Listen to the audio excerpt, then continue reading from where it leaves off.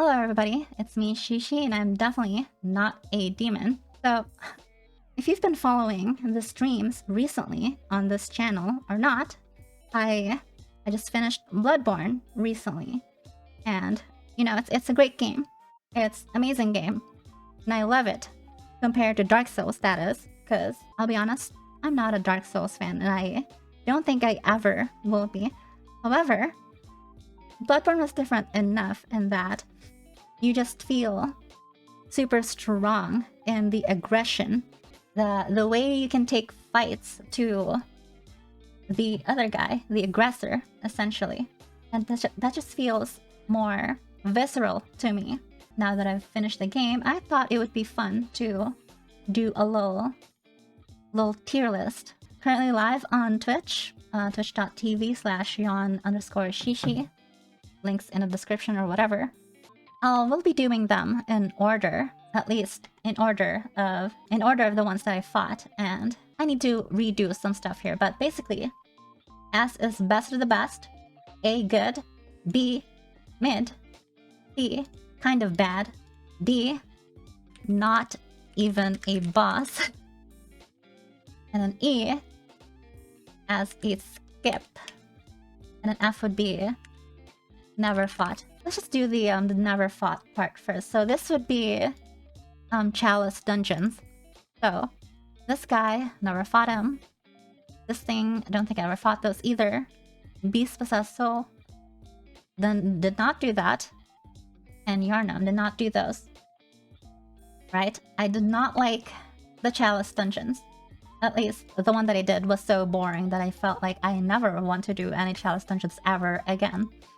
But if you disagree with that, leave something in the comments or whatever. Complain. Be the voice that you need to be. Cleric Beast. This is the big dude in the bridge past the big dogs in Central Yarnum. And I don't know, he's just kind of like a big dude. You know, I wouldn't say he is that notable as a boss. He's just kind of whatever. This is the very first boss that I fought, and I didn't really think too much about Cleric Beast, because, you know, you fight him, and you just hug his legs, and then you just beat his ass. So, not a bad boss, however, also not very good. So I'll put him squarely in mid-tier, B. Cleric's really fun, though. Was it fun? I don't know. He was just kind of whatever.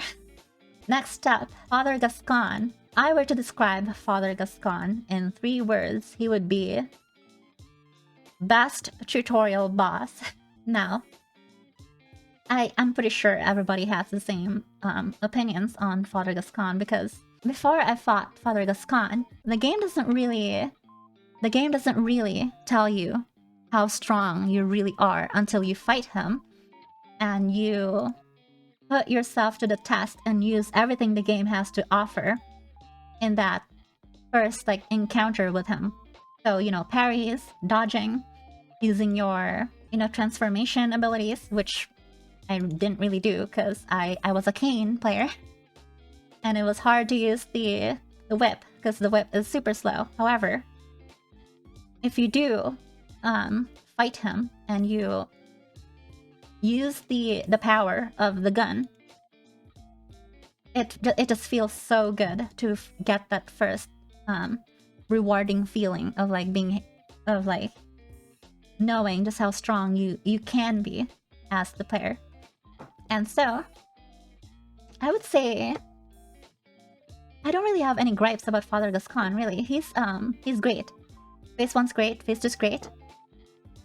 I'll put him in S for now. It's just good.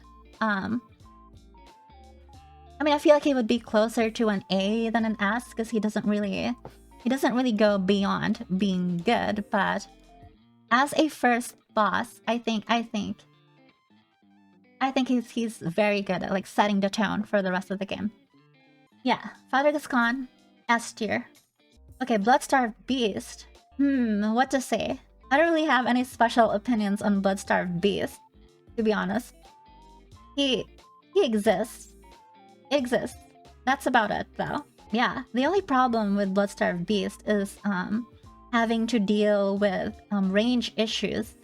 But if you were like me, who used the cane, you can just swap to the whip and you will not have any range issues against the Bloodstarved Beast.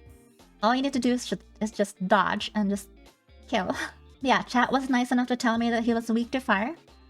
And after using some fire paper, Bloodstarved Beast was just kind of whatever. I wouldn't say Bloodstarved Beast is a bad boss though.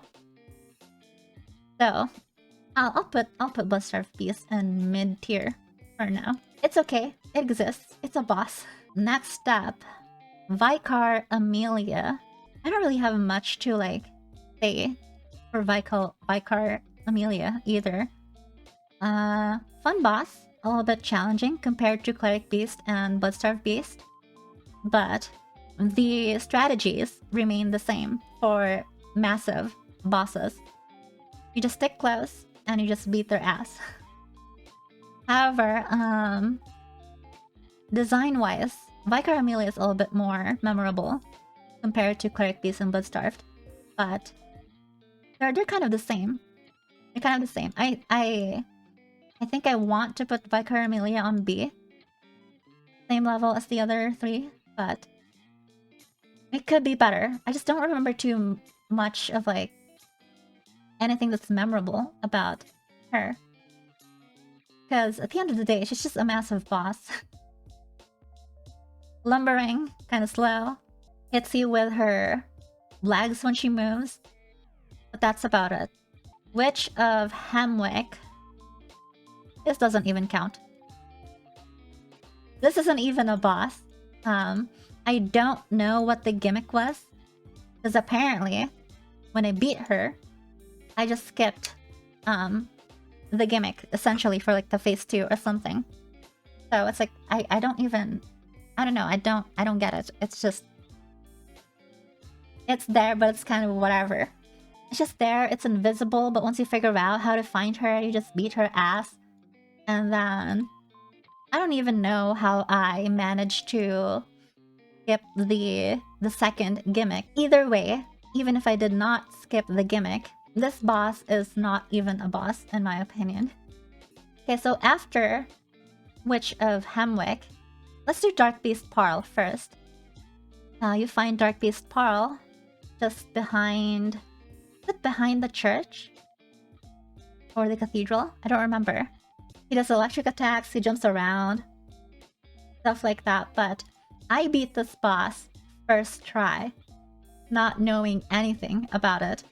And the thing is that this may just be because I was using the cane and I had the power of the whip. Dark Beast Parl was just kind of a joke, essentially. But not as much of a joke as, you know, Witch of Hamwick, which is not even a boss. But he exists, also goes in mid-tier. Oh no. Oh no, guys. My tier list is looking a little bit weird here. For a game that I said is really good and I loved. I'm seeing a little weird pattern here. But let's just move past it for now. After Dark Beast Parl, I did one Chalice dungeon. And that started out with Undead Giant, Merciless Watcher, and, you know, Watchdog of the Lords. Those 3 bosses I did. But, to start off, Undead Giant, it's okay. Also exists. Kind of whatever. Not a bad boss, however... That's about it. Also, mid-tier. Merciless Watcher. So 3 ogres. One with a gun, one with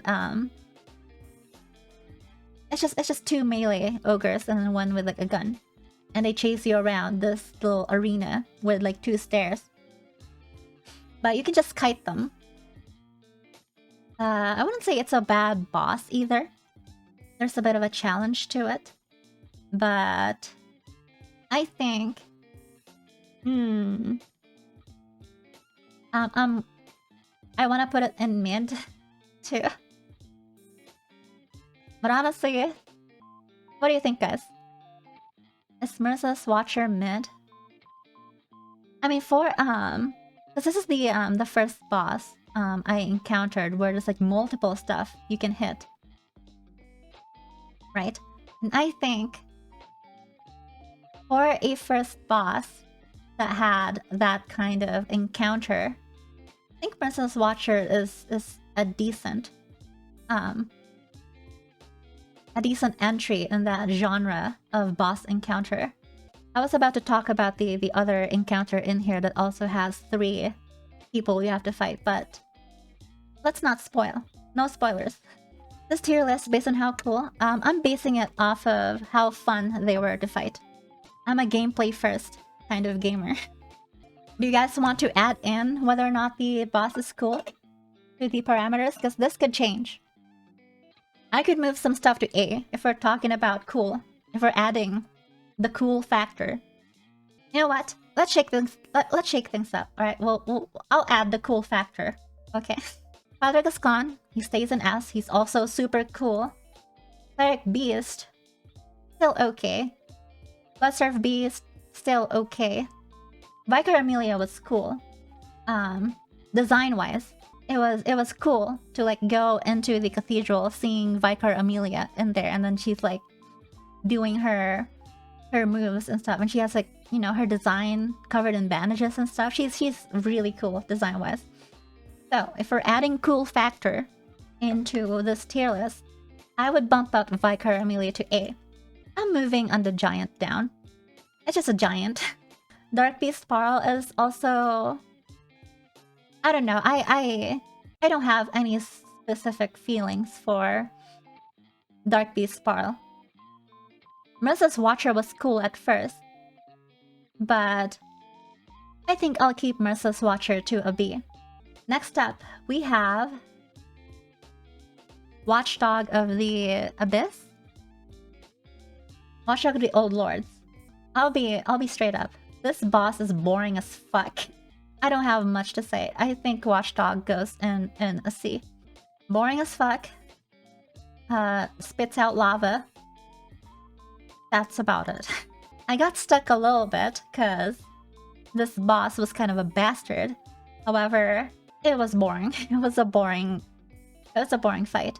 And design-wise, in the looks department, it's not even that impressive either. It's just a big dog.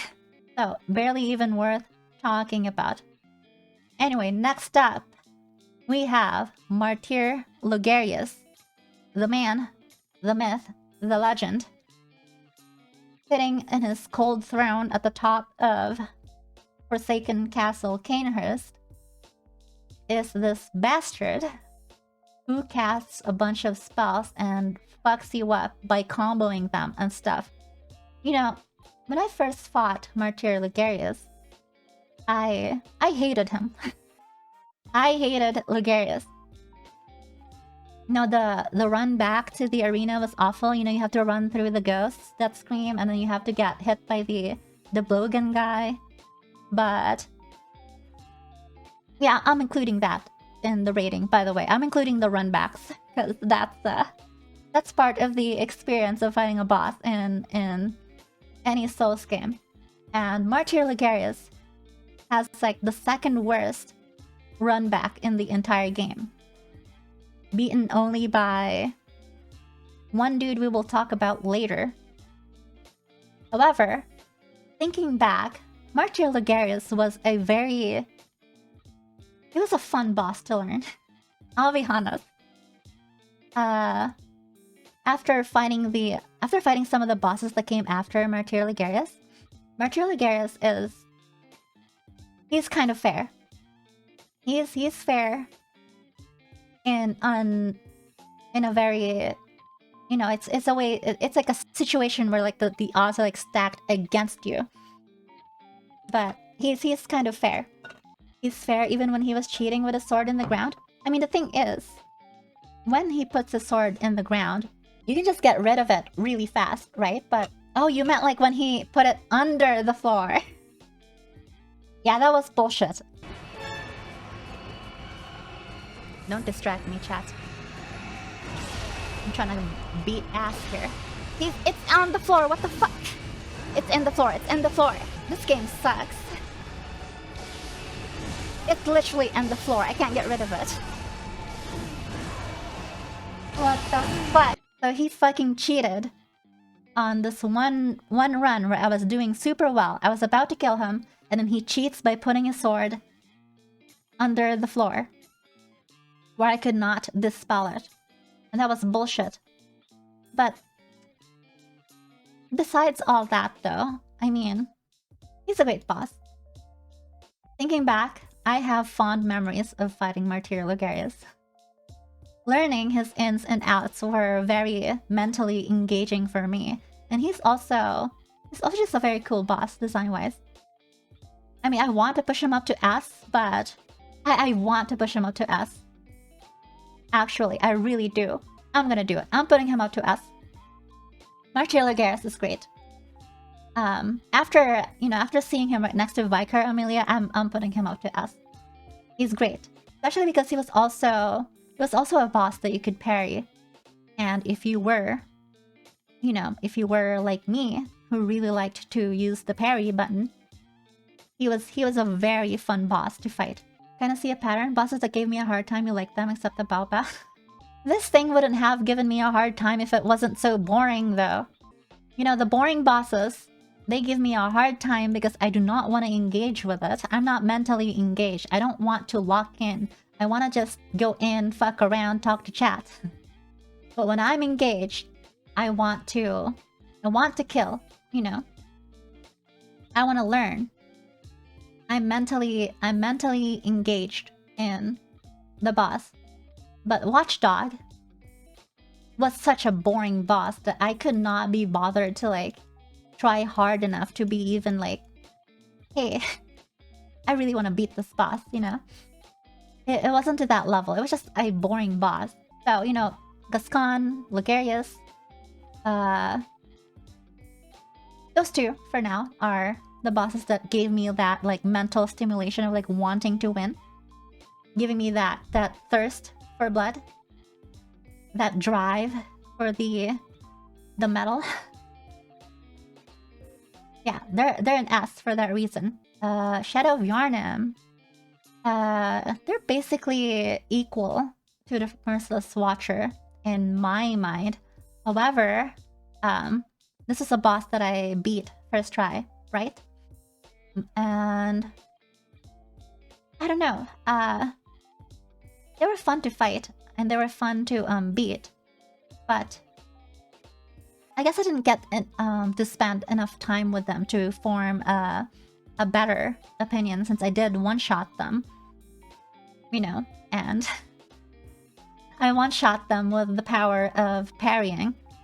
Because you can just abuse parry. Parry in this game is so good. But yeah, Shadow of Yharnam, they're good. They're a bit better than Merciless Watcher. But that's about it. I'd say they're even more memorable than Blood-Starved Beast over there. Parry feels really good in this game. It is. Just doing things right in this game just feels super good. And I don't think I ever got that kind of... I don't think I ever got that same satisfaction off of a Dark Souls game. But then again, I've only played Dark Souls 1, and that was like the very first game, right? Well, not really, that was Demon Souls, but that's besides the point. Yeah, they're also kind of cool. You know, they roll up. One of them has a katana, one has a scythe? I don't know. Cleric Beast should be a tier above those guys? Nah. Cleric Beast is okay. I don't find Cleric Beast that cool. He exists, but that's about it. I'm done rating Cleric Beast. He stays in B. I'll review everything at the end. But for now, we move along. Vacuous Spider ROM. It's a boss. I would put it in mid, however... I don't know, there's really nothing special about this boss. It's just a big bug in it, bruv. It's a big bug with a bunch of tinier bugs, and it teleports around and it casts spells. It also just looks ugly. I mean, it was cute, you know, at first. When you first encounter it, and it's just sitting there and it's all comfy. Just hangs out. I even AFK'd right in front of it to hang out. So, yeah, I'm putting ROM in C. It's a boss. It's a boss, but that's about it. Also a bit worse. Not as cool looking. I like it better than these two though. Just because it was kind of cute. Next up, Celestial Emissary. This is a boss where you're fighting a bunch of smaller dudes until you find the sus one, Amogus, and it turns into a big guy. It's not really a boss. I beat it first try, and all I did was run around in a circle kiting the small dudes and taking pot shots at the big dude. It's not really a boss. It doesn't count. It's just a prelude to up next, which is Ebrietas. And Ebrietas was cool. I have, how do I say this? I wouldn't say I had a bad experience with Ebrietas, but Ebrietas does a bunch of like weird bullshit that just kind of like feels a bit unfair at times. Like for example, the belly flop that she does catches you in like a weird hitbox that's just like a bit way too wide for no reason, and that's just kind of, I hate it. But you know, she's kind of cool design-wise, but the boss itself, I'd say it's a bit better than Cleric Beast and Bloodstarved Beast. You know, everything else in B. So I'll put Ebrietas up in A. I don't know, it's kind of even with Vicar Amelia. Vicar Amelia is way easier though, in comparison, but where'd it go? Vicar Amelia is way easier in comparison, but I think Ebrietas goes in A. Also her magic, yeah. She also has that like weird frenzy-inducing spell, which was kind of spooky. But the way I beat her was just by doing so much damage that she didn't even do anything for phase 2. If you're watching this tier list and you didn't watch me play the game, I beat her just by doing so much damage that she couldn't face properly. She faced, but while she was facing, I killed her. So I didn't really have to deal with the second phase. And that's a thing that will happen if you have a build like me who had 10 health up until I started the DLC. I have 10 points in health, but I had like 40 points in strength and ability. And what that amounted to was me nuking some bosses before they could face properly. So Ebrietas is one of those. Lugarius was one of those. Yeah, I beat Lugarius' ass so hard that he's completely skipped that spell he does at the start of his phase 2 where he's immune to bullets. Oh, he skipped the... Oh, he skipped! I see, if you make him skip, he doesn't cast the deflection spell. You're cooked now, you fucking bitch. So, that's how I beat Lugarius, and that's also how I beat Ebrietas. Just by making their second phases completely obsolete. But moving on, we have Amygdala. I don't have any big opinions about Amygdala. It exists. It's a cool boss. But it's also just kind of... It's all over the place, right? Once you're able to see the amygdalas hanging out in Yarnim and stuff, they're just kind of there. Also, yeah, as a boss, Amygdala was also kind of whatever. Oh no, I think I beat it with the short sword. But Yeah, Mikelo is pretty easy. And he just doesn't really do anything that's cool. He just stands around, smashes his head onto the floor, shoots some lasers, puts acid down on the floor, kind of whatever. One Reborn. This is another boss with a gimmick, although it's not as much of a gimmick as Witch of Hamwick, where you have to go up the stairs and kill the witches. But the way I beat One Reborn was just by going upstairs and spamming plunge attacks with fire paper. I'll be honest, One Reborn's kind of whatever. Cool cutscene. Gimmick was okay. But being the boss, you know, you don't even have to engage him on the ground. All you had to do was climb up, plunging attack, climb back up, plunging attack over and over. Because when you do a plunging attack, there's a weird hitbox with plunging attacks where they will do multiple hits on the way down. I was just hitting him for like 3-4 times on every plunging attack, and that just trivialized the entire boss. Holy damage, Batman!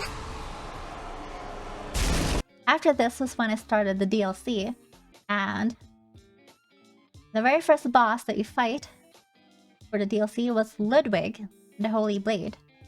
One of the old hunters. You know, Ludwig was cool. He does some, like phase 1, he has some cool attacks. He has like this weird multi-hit kind of thing with the multiple limbs that he has, since he's like an abomination. And he has like arms growing on his back and stuff, so when he like does that spin move, you can get hit by an arm and it would still do damage. And that was kind of bullshit at first, and it was kind of like the DLC telling you that the gimmick for the other bosses for the rest of the DLC is that they would do weird extra hitboxes for stuff that at first thought would probably make sense not to have any, but that's the gimmick for the DLC. And he's I'd say Ludwig's a pretty good way of like FromSoft telling you how the bosses are gonna work. Aside from that though, Ludwig was kind of boring. I'll be honest. I was telling you guys about this when I was fighting him live. He seemed kind of boring. I wasn't really engaged mentally. I didn't really feel the need to try super hard to beat him.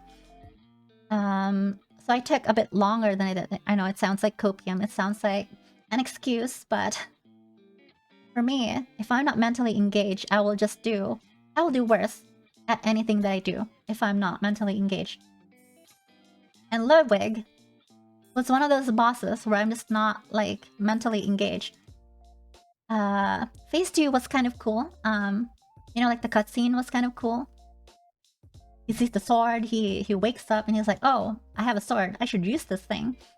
And I can't really say much about phase 2 because I barely saw anything of the second phase, like Brixie said.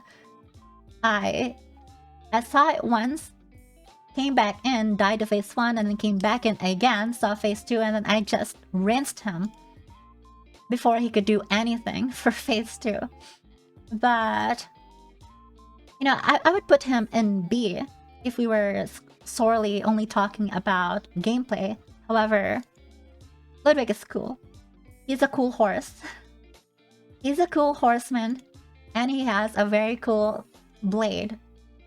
Like the very first time I saw phase 2, he hit me with a Getsuga Tensho, and he's fucking... Oh, he's got Getsuga Tensho. I was fogging out because he was like Ichigo from Bleach. So that was pretty cool. That was a very cool thing.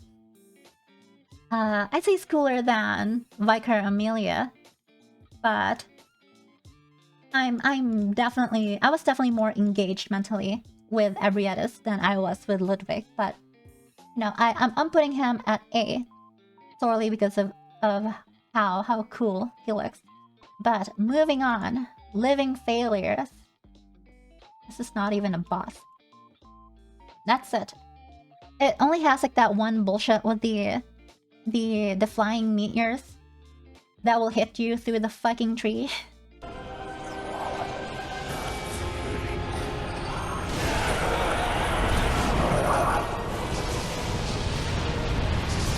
What?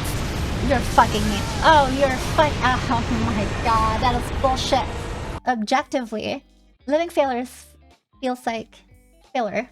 Yeah, living failure, living filler. All it did was drain my resources before the best boss of the DLC that came right after.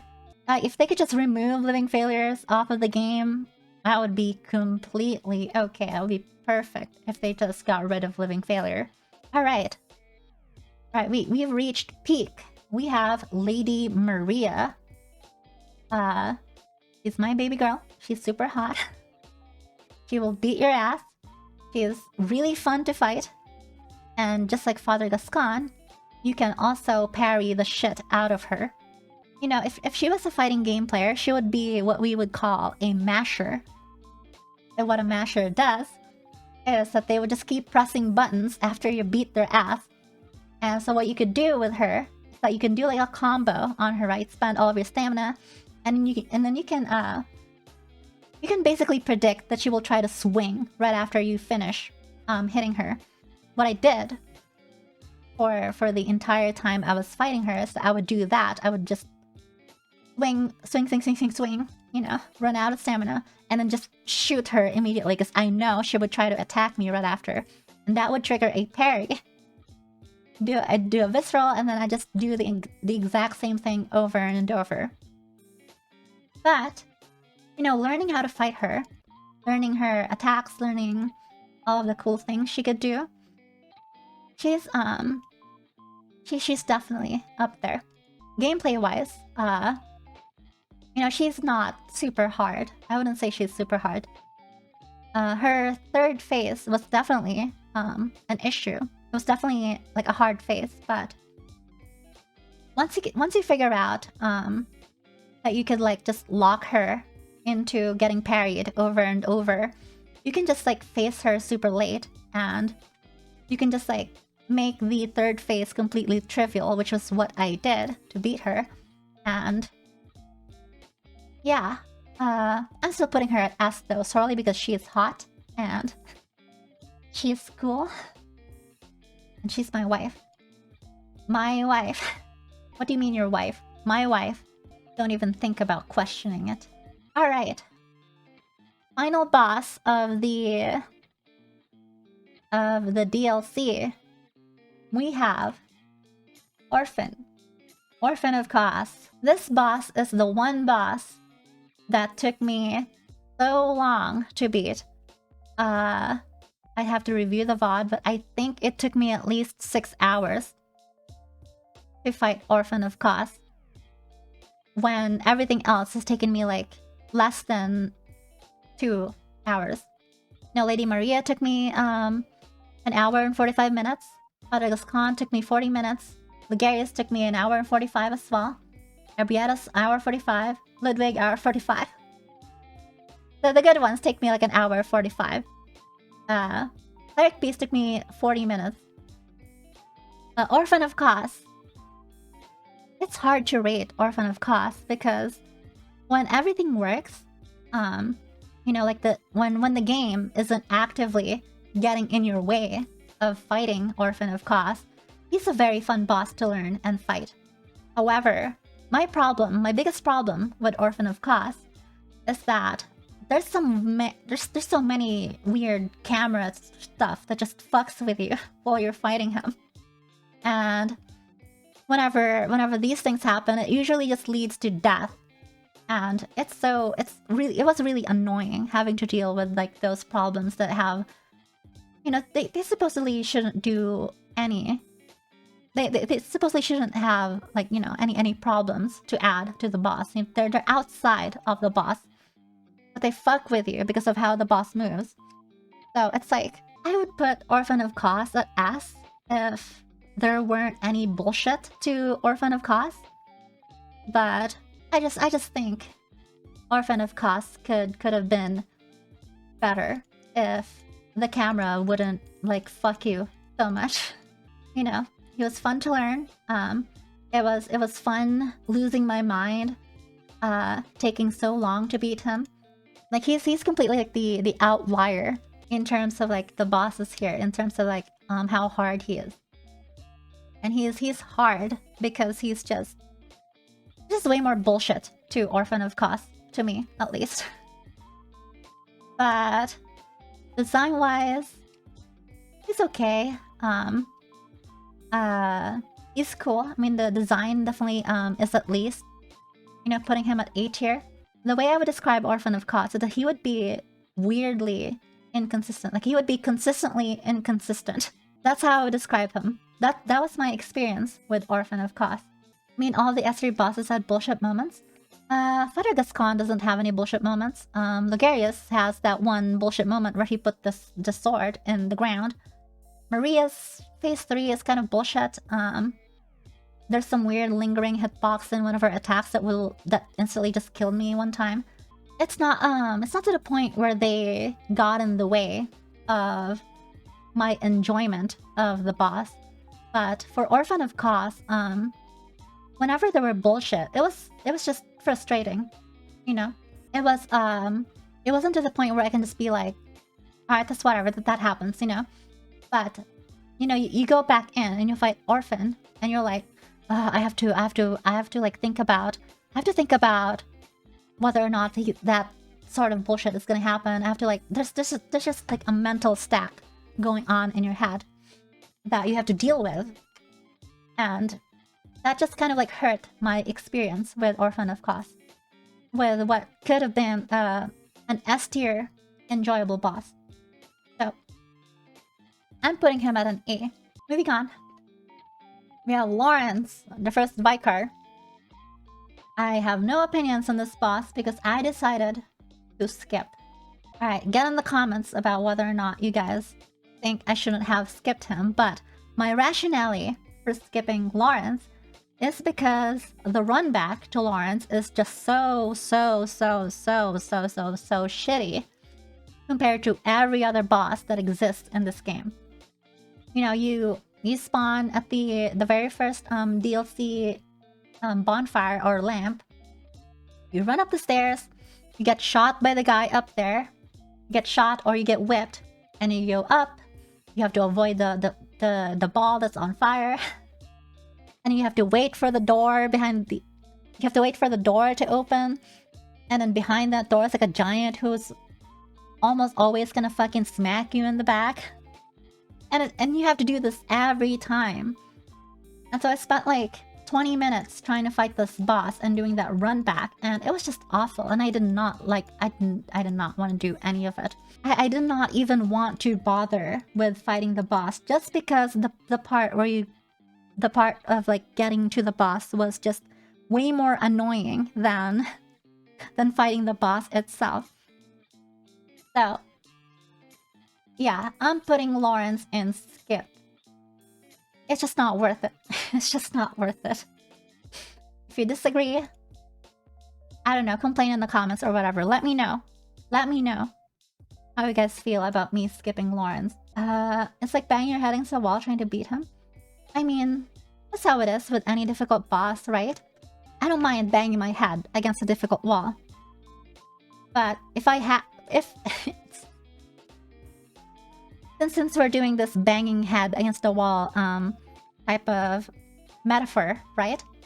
You know, Orphan of Kos was a very comfortable wall to bang my head against. When you're fighting Orphan of Kos, you just ride the elevator down and then you walk, right? You get to the wall you want to bang your head in instantly. Not instantly, but almost instantly. You're there in like 30 seconds. Nothing to worry about. You just need to ride the elevator. That's it. You know, Lawrence, you have to like walk towards this wall. You step on a Lego. You fucking stub your pinky toe on a fucking chair. You have to wait for this weird fucking door to open, and then you get fucking You get your ass slapped on the way to the boss, and it's just so dehumanizing to walk back towards this boss. It's humiliating walking back to this boss. I did not like that experience at all. And so, you know, fuck it. I'm gonna skip this boss. Fuck this boss. I'm not dealing with that shit. You know, if that door with the giant was open, always, if it was always open, I think I would have been more, I think I would have been able to bear with getting shot in the back on the way up there and getting smacked by the giant. I think I would have been able to bear that, but I just don't like having to stand around waiting for this door to open. You know, and then expecting like a fucking hit from the giant. It's just so annoying. Not worth it. I don't care enough to deal with that sort of torture when trying to learn a boss that everyone's telling me is supposed to be really hard and has a lot of bullshit. I don't want to deal with bullshit before more bullshit. So, that's it. That's it. That's my skip. That's why I'm skipping Lawrence. I know somebody told me I could just do like a save state. How am I gonna do that? Why would I fucking do that? That's just extra steps for a boss that's just not worth it. Back to the base roster. We have Mikolash, which is not even a boss. Not even a boss. Deserves its own category. You know what? Yeah. I'm gonna add a row below. Omega lol. That's where he goes. That's where Mikolash goes. He spent 5 minutes running around in circles. And if you shoot him, he like teleports and shit. And then he just does this one attack where he spawns a bunch of tentacles, but that's about it. He doesn't do anything special. Doesn't say anything special. I mean, he's one of the bosses that does say things, right? But he just says it over and over. And at this point, I don't even remember what he was saying. He had more attacks too, but I killed him too fast. I don't care. Even if he had other attacks, it doesn't matter. He's a shit boss. Murgo's Wet Nurse. Okay, this is another one of those bosses where I beat first try. So I don't have like a big informed opinion about this boss because I beat it first try, right? And I mean, design-wise, it's cool. It's cool that it takes in that baby and then it like has like a bunch of like scissors and it cuts you. But that's about it. It has like one cool attack where it like makes everything dark and then it spawns like a bunch of like shadow clowns to chase you down and cut you, but I would put the Wet Nurse in B. It's better than the ones in C. But yeah, B for sure. But better than... Well, design-wise, I like Wet Nurse better than Cleric Beast. German. Speaking of German, after fighting Maria and fighting Orphan, German was just so much easier in comparison. You know, like if I beat the base game first before I did the DLC, I think I would rank German a bit higher. However, just kind of easy. He is pretty cool. You know, you've got the arena with the white flowers. He's got that fucking scythe. He's pretty cool. He's a pretty cool fight. Just not as cool as Maria. And he's just also way easier compared to Maria and... Yeah, he's just cool. He's just cool. He's carried by cool factor. Putting him on A. Alright. Last one. Moon Presence. Also beat this boss first try. I don't have any big opinions on Moon Presence. You just smash your head against it. I didn't notice anything cool about it. He has that one attack that makes you panic if you witness it for the first time, because it like locks you from healing yourself and stuff like that. However, that's about it for Moon Presence. I don't really find anything else cool about it. Design-wise, it's a bit better than Bloodstarved Beast, but that's about it. goes right in the middle of B tier. Do I need to review any of these before we end this, guys? I think I've got a very solid list going, you know. It's a shame, you know, that I skipped Lawrence and these other chalice dungeons, but I just don't give a shit about chalice dungeons. I also just don't give a shit about that awful run back from Lawrence. So, you know, I'm okay with this. It's whatever. There's one problem with the list. Alright, hit me. What do you guys... What's the problem? Mushroom aliens is ass. No. German should be higher? Oh, yeah. Cool factor. Definitely up here. Yeah, if we're going by order, I love Maria the most. Just under that, I liked Ligarius, even though the process of beating Ligarius was also kind of painful. But thinking back, I enjoyed fighting Ligarius. Father Gascon, amazing tutorial boss, amazing boss for setting the tone for the rest of the game. I mean, purely on gameplay, he would go here, right? But if we're talking about how he sets the tone for the entirety of the game, he's squarely S tier. Just for that. Also, he's super fucking cool. He's super cool. Turns into a fucking werewolf, and he teaches you how strong you can be if you use the parry properly. You know, if it wasn't for Father Gascon, you know, teaching me like a dad how to play the game, I would not have had as much fun as I did fighting the rest of these bosses. Especially the bosses that I could parry, like Maria and Ligarius and German. No, I would not have enjoyed these bosses as much if it wasn't for the lessons that Father Gascon taught me. He's a great father figure for everybody that's fatherless. Okay, so that was my Bloodborne bosses tier list. Let me know if you guys have any rebuttals to my tier list. If there are any bosses you disagree with or you agree with, let me know down in the comments below. Remember to like and subscribe. And YouTube peeps, I will see you guys in the next video.